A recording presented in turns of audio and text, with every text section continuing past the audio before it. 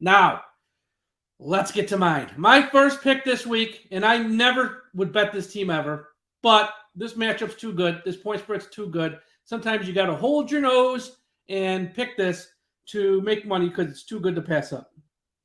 Give me Rutgers minus 18 over Temple.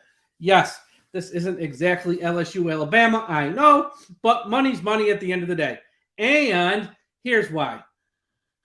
Temple's god-awful. I mean, they're just brutally bad, really bad. And they haven't played anybody yet, and I don't care what the record is. They're just a bad football team. Rutgers, on the other hand, won week 1 at Boston College. That's a road win against a Power 5 school at least. They won that. And last week, they destroyed Wagner. Rutgers' defense is very, very good, and they cause a lot of turnovers as well. In 2 games this year, Rutgers has given up, get this stat, in 2 games. One of them is against Boston College, a real team. They have given up 48 yards rushing on 59 carries. That's 0.8 yards per carry. Rutgers can stop the run. Temple, on the other hand, got shut up versus Duke in football. Duke stinks. Duke shut them out 30-0. Temple has caused 0 turnovers on defense. They haven't gotten a fumble, an interception, nothing. Not one this year. Temple stinks on toast. And Rutgers isn't no world beaters by any means. But give me Rutgers here with 18. I don't think Temple ain't going to run the ball against Rutgers, so you can throw that up the window. Temple really can't pass the ball all that well. I don't know if they're going to score much, if any. And Rutgers, on the other hand, they're nothing special, but they'll get some points. They'll get a few touchdowns. Last year, Rutgers beat Temple 61-14. They blew them out. Now, Temple is better than last year, but guess what? So is Rutgers. So I think Rutgers here wins this game, covers easy. 18 in college, 18's not a huge number, and I just don't think Temple's going to do anything because I just think they're brutally bad. So that's my first one for this week. My next game for this week is USC minus 11.5 over Fresno State. Now, I took USC last week over Stanford minus 9. Easy cover. This week, 11.5 over Fresno.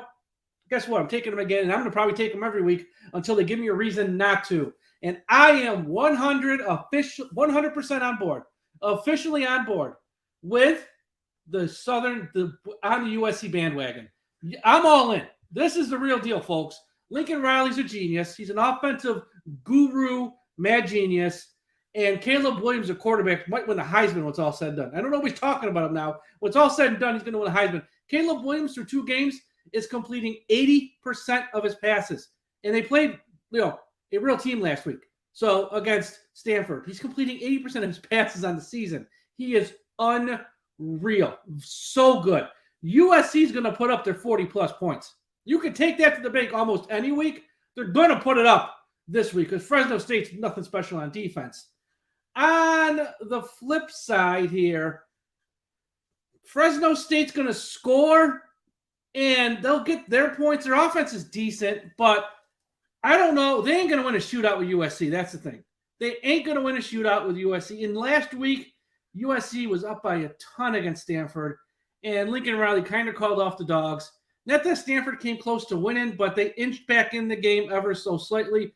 That ain't going to happen again because Lincoln Riley learned last week, you don't call off the dogs against anybody. So I think USC is going to get up, and they're going to keep scoring. They're going to keep passing. Caleb Williams is going to have another monster day.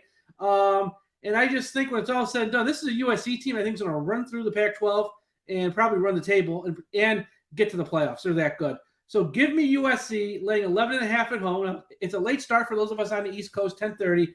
But is what it is. Don't worry. USC minus 11.5 over Fresno State. I love USC this year. I can't say that enough. Now, it's time for my Stone Cold Lead Pipe Lock of the Week. And with this one, I'm going, just like last week, to the Big 12. And give me Kansas State minus 14 over Tulane.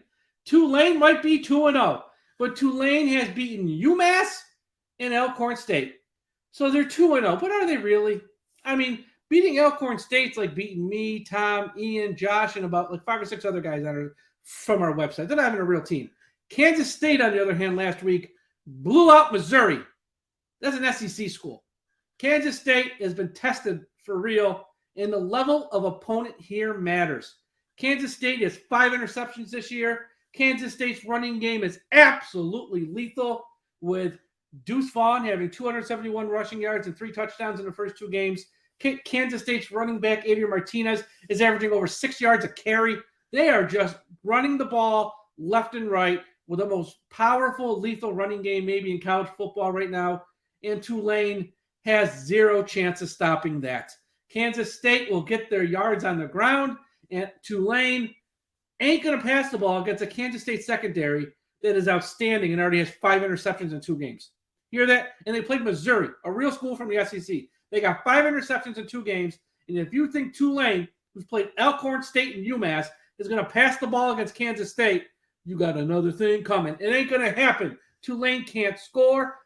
Tulane can't win. And 14 ain't that much because Kansas State's going to run it down Tulane's throat all day long until Tulane chokes on it. So my Stone Cold Lead Pipe lock of the week is Kansas State minus 14 over Tulane. I like USC minus 11.5 over Fresno. And God help me, I like it. And I'm betting it Rutgers minus 18 over Temple.